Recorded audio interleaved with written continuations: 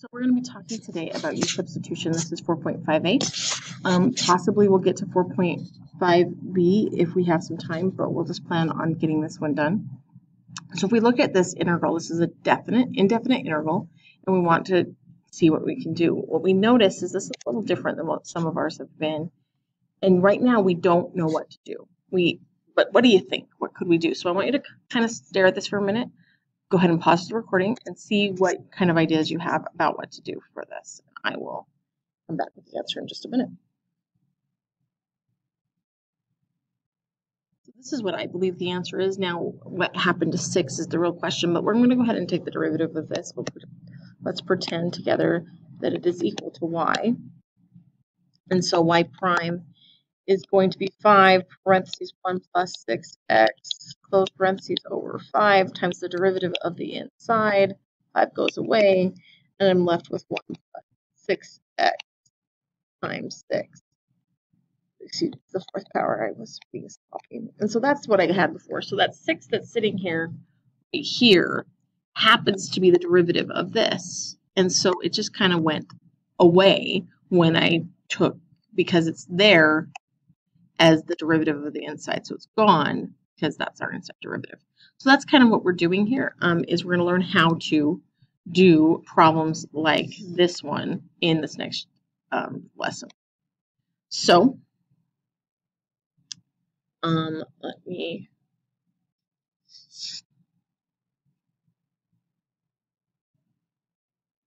there we go. So we're going to be talking about integration using substitution. U-substitution is like the chain rule for integrals, so it's the same thing as it's how we're going to handle the chain rule. So when we have chain rule problems, this is what we're going to use.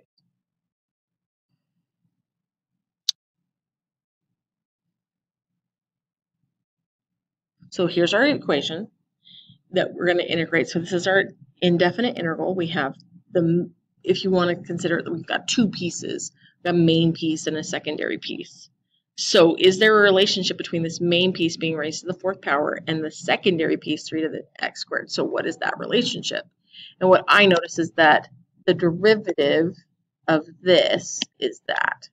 So dx of this equals that. So that's kind of cool. That makes it really, really straightforward. So I'm noticing that they have that relationship. That's pretty neat. So if we went, so let's let u be 3x plus 8.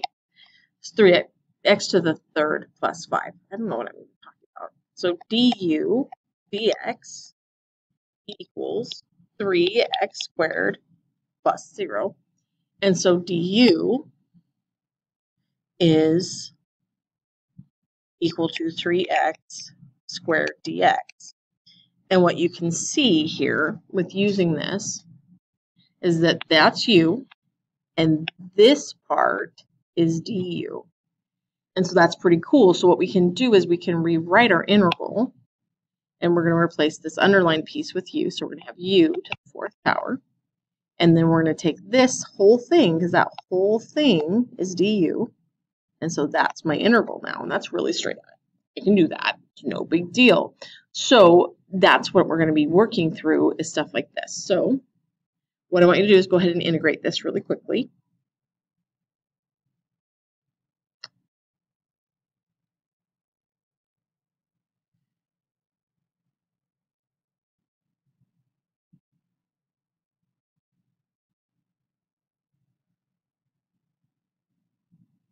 And so here we are. We've got our u. And so I was able to rewrite it like this. And of course, the integral of this is u to the fifth power divided by 5 plus c. Well, what was u? So u we had defined as issues. So that's what I had, u to the fifth plus c. And u is right here. And so what I really have, we replace u again. We're going to have x cubed plus 5 to the fifth power over 5 plus c is our final answer. So it's pretty straightforward. We already kind of know these things. weird trick is to recognize what the inner function is, which one should be u and which one is du, because you're always going to have these two pieces kind of are fighting with each other. So let's see what we can come up with our next problem. And here we go. So let's just follow through. There's my answer. And so we can check our work by taking the derivative, and isn't that exciting? Our original integrand is there. So cool. So here we go. Let's try again, because once is not enough to do anything. So let's look at this one. So what's u? And so that's the part that's the hardest part, is seeing u. So I always try to look for the complicated things. So we can rewrite this integral as 3 secant of 3x quantity squared. So I have a couple of choices for u. U could be the secant of 3x. What's du? Well, du, what's the derivative of secant? The derivative of secant is, my brain just went blank. Let me think about that for a minute.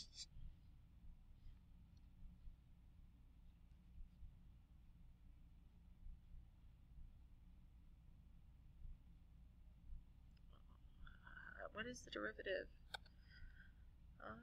So I'm back. I had to look that one up. The derivative of secant is secant 3x times tangent 3x, and of course times the derivative of the inside. Well, this is nowhere near to be seen, so that's not u. And I could have told you that a long time ago, but I didn't want to.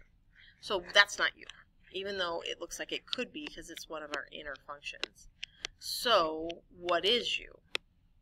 Well, in this case, u is 3x. So because du equals 3 dx. I went a little fast there, but you can kind of slow it down if you need to in your head. So we're going to go back here, and what we're going to end up with is, so du is this piece and this piece together. Those are du. And this one is u. So what we're going to have is our integral of secant squared u, because going back to this way of writing it, du, because those got replaced. And what's the integral of secant squared? Well, the integral of secant squared is tangent. So we've got the tangent of u plus c. And what's u? U is 3x. So I have the tangent of 3x plus c is my answer. So that's kind of the idea. Is the hardest part here is deciding which one's u. And so sometimes I will get, like I did, I was kind of hung up on the seeing in my original thoughts that this might be du, and then of course I need more trig functions for that to be du. So it's one of those things to think about. How many trig functions do I see? Well, I only see one. It's probably the argument inside the trig function. So that's that. Let's go ahead and see what we can do on our own then. Okay, so go ahead and try this one all by yourself. What do you think it is? So I'm going to pause the video and be back with the answer, but I want you to decide. So what's u, what's du? You're probably going to take about 10 minutes to do this problem. Work with each other, figure it out, pause the video, and see what you can come up with. Okay, so I decided that u was going to be 3x squared plus minus 4. And then du was 6x dx. So I substituted. U went in for 3x minus 4. Du replaced 6x dx. Again, these are designed really nicely, aren't they? And so then I took the integral, so u to the 6 over 6 plus c. It's really hard after doing definite integrals to remember c, don't forget. And then replacing u back in, 3x squared minus 4 to the 6th power over 6 plus c. Don't forget plus c. So that's that. It's pretty straightforward here. And if you needed to start it again, make sure you go back and pause it. Let's see what we can do otherwise. Why are you so... So let's make it harder. Okay? So now we have this.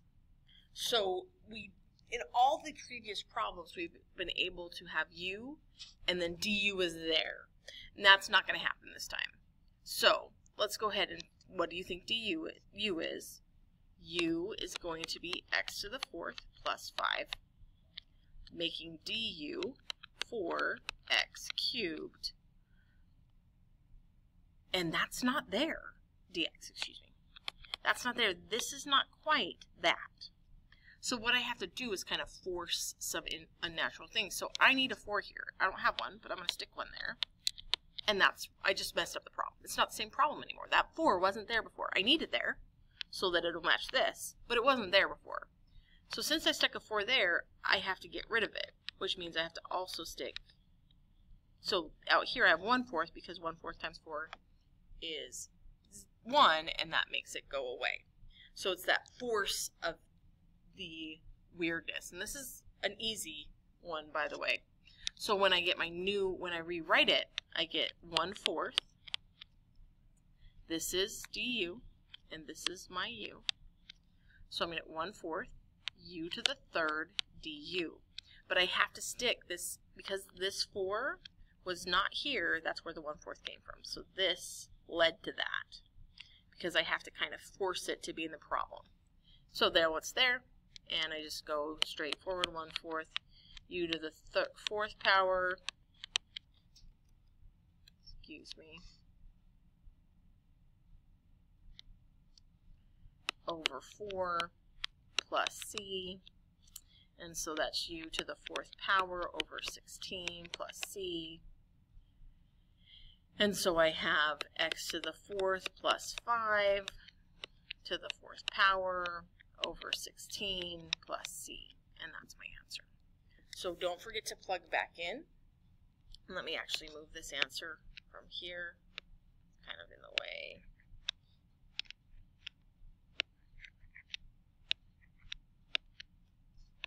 To over here, x to the fourth plus 5 to the fourth power over 16 plus c is my final answer.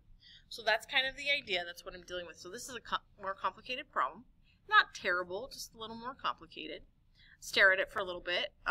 Go ahead and pause the video, stare at this, and see if you can figure out what went. Okay, so this is our last one, and I want you to try it. So figure out what you think u is, figure out what you think du is. Remember, du depends on you, so you can't just choose. And then see if you need to put something in. So go ahead and see what you can do, and good luck to you. Please pause the video, because the answer is going to come in just a minute.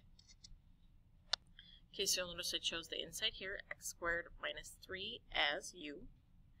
I took the derivative, I got 2x dx for du. I didn't have a 2 here, so I put 1 in, which means I had to put 1/2 in the front. 1/2 goes here. This becomes u to the fourth power du. I get u to the fifth power over 5 plus c. The 1/2 jumps on. By the way, as far as 1/2 not joining c, half of a constant is still a constant, so that's why we didn't distribute the 1/2, just so you know.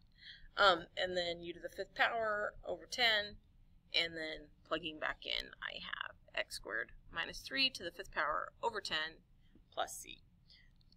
The part we need to make sure we're recognizing here is when we have a complicated inner function, we need to have the ability to have the derivative of that function show up somewhere.